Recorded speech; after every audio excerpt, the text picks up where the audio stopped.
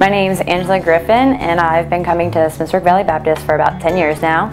I grew up in the town of Smithsburg with a family of 5 kids, and my mom and dad.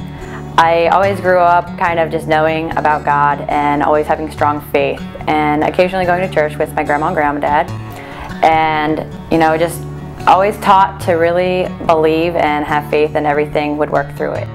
I had 2 house fires growing up, both times losing everything, and really just having faith. It helped our family stay together, grow strong together, and get through everything.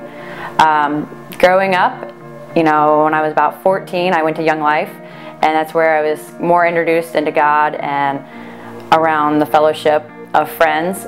And at Young Life, I wasn't really tuned in all the way. And my friend invited me to a weekend retreat that was a follow me worship, and it just really got more in depth, and that's where I became connected and dedicated my life. And then I ended up going to Young Life Camp and just loved how people were so full of life and so happy to be living and just following God.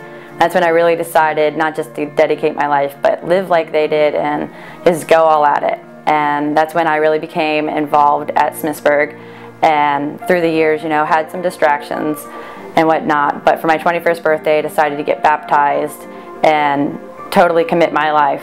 And since then, I've been a strong believer and have done youth group helping troubled teens in Hagerstown, trying to save their lives, and then started working at Conway Freight and had to move across country.